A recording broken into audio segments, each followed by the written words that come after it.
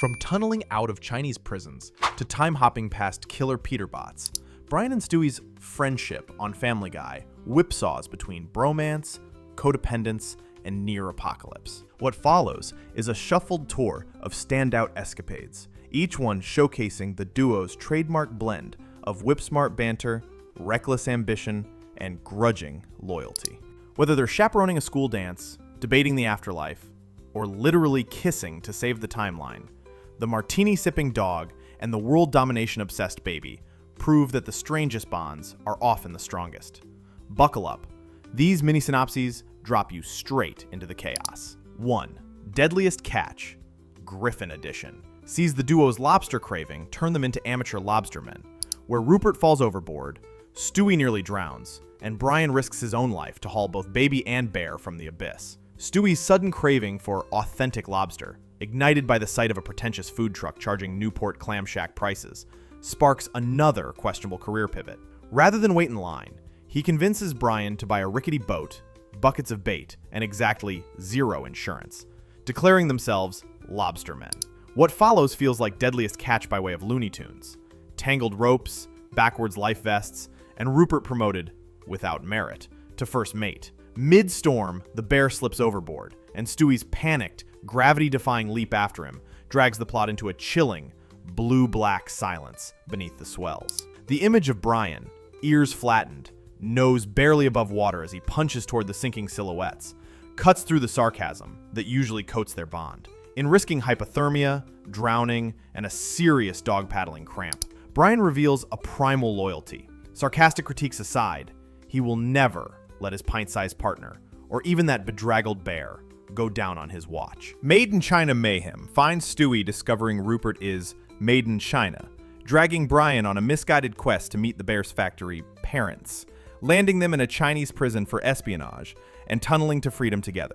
What begins as Stewie's offhand glance at the dirty little Made in China tag on Rupert's backside balloons into a full-blown international escapade worthy of the old road to specials. Convinced his stuffed companion has a birthright thousands of miles away, Stewie drags an incredulous, but secretly curious, Brian across the Pacific.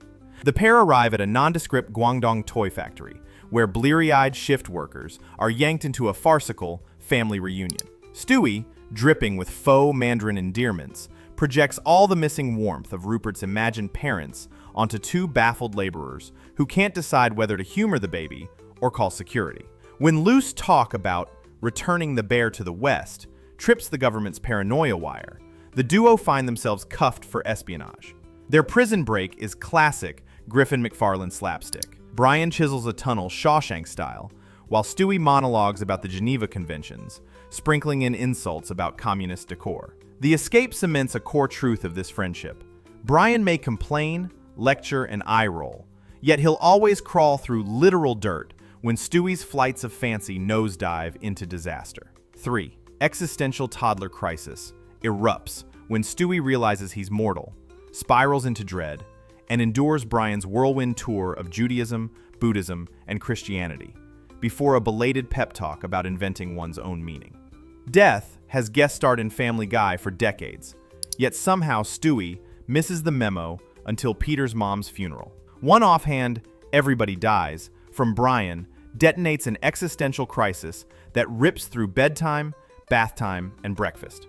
The dog scrambles for comfort playbooks, synagogue philosophy, Buddhist reincarnation, and Catholic forgiveness. Each stop only deepens Stewie's dread until Brian, cornered by the baby's trembling lip, admits his own atheism. That nihilistic reveal should make things worse, but Brian pivots. Because there's no cosmic script, he argues. Life is a blank page for two weirdos to fill with whatever chaos they choose. For Stewie, whose self-worth has always wrapped around grandiose plans, the freedom to define meaning, rather than chase it, feels empowering. Nightmares fade, and the duo share a rare, silent moment. Not victory exactly, but a mutual shrug at the universe that says, fine, no rules, let's write our own. Play-Doh Pact of Doom unfolds, as a classmate's cooties scare drives Stewie to seek physician-assisted death, until Brian swallows the infected Play-Doh to prove friendship and pull the toddler back from the brink. The pandemic of preschool. Cooties. One classmate's shaky self-diagnosis sends Stewie into DEFCON 1 germ panic. He catalogs symptoms, Googles terminal prognoses, and, naturally, drafts a Shakespearean will that leaves everything to Rupert upon his sobriety. Brian scoffs until the baby boards a bus bound for Vermont's physician-assisted death clinic, because Family Guy logic. Horrified, Brian sprints after him, frantically waving down the driver like a rom-com lover chasing a departing plane. Cornering Stewie, Brian realizes logic won't work. Grand gestures might. He grabs the supposedly infected Play-Doh, shoves a neon chunk into his mouth, and declares, "Fine, if you're dying, we go together." The texture alone is a martyrdom, but the effect is instant. Stewie sees that true friendship means standing in the line of imaginary fire, cooties and all. The duo depart the clinic, Play-Doh stained and very much alive. Stewie chastened, and Brian oddly proud of his gastrointestinal bravery. 5. Folkfest three-way fiasco follows their gap year road trip to a music festival, where they fall for the same free spirit, agree to a three-way, panic when she collapses mid-flirt, and bond over the absurdity of it all. Flushed with graduation certificate bravado, the preschool kind that comes with juice boxes and participation ribbons, Stewie declares a gap year road trip. Brian tags along as designated driver and existential tour guide. They stumble onto a Rhode Island folk festival, a haze of sunburn, patchouli, and questionable kombucha, where both fall for the same ethereal hippie. She floats between them like a Woodstock mirage and casually suggests a three-way, delivering a record scratch that freezes dog and baby mid-beer sip. They agree out of bravado, but before things turn HBO after hours, she faints. Panic sets in. Do they call an ambulance? Perform CPR? Brian contemplates the logistics. Stewie imagines murder charges. The spell snaps, revealing how absurdly competitive they'd become. After shoving her off a cliff and swiping her bra as a bizarre keepsake, Brian and Stewie flop into nearby lawn chairs, cackling so hard they nearly suffocate. Romantic bragging rights matter less than the comedic mileage they'll mine from this fiasco for years, reinforcing that shared stories, not shared lovers, form their real intimacy. Therapy Cage Match captures phone-addicted pals weaponizing I feel statements in friendship therapy, being told to break up, then reconciling at a wedding dance because they'd rather be toxic together than apart. When brunch devolves into two screens silently scrolling, Stewie calls a technological ceasefire. They seek friendship therapy, determined to display how mature best friends process issues.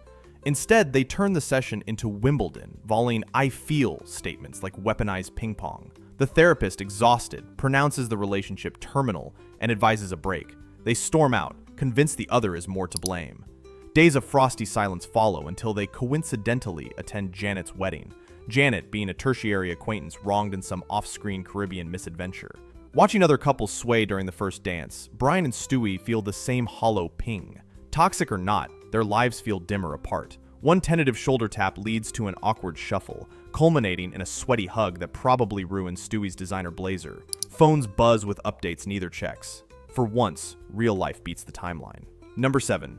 Gene Splice Baby Blues begins after an escape room ego clash prompts Stewie to gene splice out future stupidity, turning him into a normal infant, and forcing Brian to admit his envy before restoring the genius child. After demolishing an escape room, Stewie basks in genius glory, until Brian mutters that all Griffins peak early and tumble into idiocy at puberty.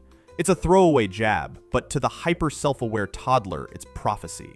Within hours, he's in the attic gene lab, slicing future stupidity out of his DNA. Surgeons spend years perfecting CRISPR. Stewie whips up a splice cocktail before nap time, and overshoots. He wakes as a giggling, wide-eyed standard infant who says doggy instead of sneering bon mots. Brian initially revels in being smartest by default, but boredom creeps in.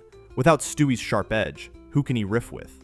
Who understands his references? Lonely, Brian raids the lab equipment in a rescue attempt, mashing buttons like a grandma on AOL. The montage of rainbow clones, gremlin mutations, and one accidental duck Stewie ends only when Brian weeps, admitting he needs the real Stewie back. The baby emerges, brain intact, and graciously lets Brian believe he did most of the fixing. Another quiet gift tucked inside their bickering. Domestic Partners in Crime shows Brian and Stewie co-parenting while Peter and Lois vacation, wrangling Meg and Chris at a school dance, grounding Chris for drinking, and framing Tom Tucker's kid with weed to teach a lesson. Peter and Lois, desperate for romance, leave Brian acting dad and Stewie household CO. Chris and Meg, sensing zero authority, stage a teenage coup. Meg adopts blackout eyeliner nihilism, while Chris experiments with sippy cup vodka. The school dance devolves into booze brawls until Brian channels a drill sergeant and Stewie an over-caffeinated PTA chair. They confiscate flasks, break up grinding sessions, and haul a staggering Chris home, delivering old-school corporal punishment roadside. Tell the teachers it was a baseball! Next morning, they confront Tom Tucker, source of the contraband, and get stonewalled by local celebrity arrogance. Solution? Frame Tom's kid with weed on the evening news. It's petty, vindictive, and undeniably effective, showcasing their complementary dark sides. Brian's passive-aggressive self-righteousness, plus Stewie's Machiavellian eye for punishment. 9. Kiss the Terminator Goodbye chronicles future Brian and Stewie sending killer Peterbots back after an Instagram spat, as present-day pals time hop, discover their feud sparks Armageddon, and literally save the world with an awkward kiss. Flash forward nightmare. One sarcastic Instagram comment fractures the friendship, unleashing rival labs of Brian and Stewie program Terminators. A Peterbot travels back to wipe out baby Stewie, but present-day Stewie and Brian turn fugitive, warping to a future wasteland full of chrome dog heads and diapered cyborgs firing plasma rifles. They confront buff, sleeveless future Stewie, jacked like a toddler Arnold. He explains the chain reaction. Once the friendship soured, each side escalated digital slights into robot warfare. Present Brian realizes the paradox. Only living proof of Mahbut, that slippery space between platonic love and codependency, can collapse the timeline. Cue the universe's most reluctant kiss. Cheeks puffed, eyes squinting, both muttering, no tongue. Yet Steel Titan after Steel Titan dematerializes. The future resets to Sunny Quahog. It's hokey, it's hilarious, and it canonizes their bond as literally apocalyptic in importance. Bizarre Bromance Unbreakable Bond concludes that across these episodes, where the dog and baby duo swings from travel buddies to co-parents, to almost lovers, surviving prisons, oceans, killer robots, and therapy, to prove Family Guy's oddest friendship is its strongest. Spanning Chinese prisons, Atlantic whirlpools, existential therapy couches, and Skynet parodies, these 10 vignettes chart a relationship impossible to pin down with ordinary labels. Brian is Stewie's straight man, father figure, underpaid therapist, and occasional crush. Stewie is Brian's intellectual sparring partner, reckless little brother, and desperate conscience. They enable, rescue, sabotage, and sanctify each other in equal measure. Yet every fiasco ends with the same tableau: dog and baby, shoulder to shoulder, plotting the next misadventure. Family Guy thrives on shock humor and pop culture grenades, but beneath the chaos, its unbreakable heart beats to the rhythm of a martini-sipping beagle and a matricidal infant who, against all odds, found their person. Whether they're tunneling out of foreign prisons or kissing to erase robot wars, Brian and Stewie remind us that the world's strangest friendships can also be its strongest lifelines.